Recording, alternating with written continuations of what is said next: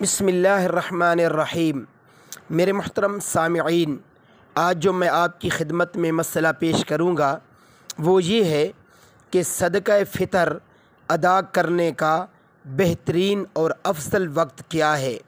میرے محترم سامعین، صدقہ فطر ادا کرنے کا بہترین اور افضل وقت عید کے دن عید کی نماز کو جانے سے پہلے ادا کرنا ہے، اور نماز کے بعد ادا کرے تو بھی جائز ہے، اور جب تک ادا نہ کرے اس کے ذمے صدقہ فطر واجب الادا رہے گا، چاہے کتنی ہی مدت گزر جائے۔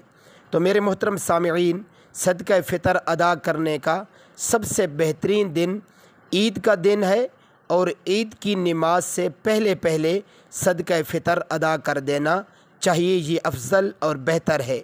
میرے محترم سامعین، مزید مستند دینی مسائل جاننے کے لیے میرے اسلامی چینل ذوق اسلام کو ضرور سبسکرائب فرما لیجیے۔ جزاکم اللہ خیرا و احسن الجزاء۔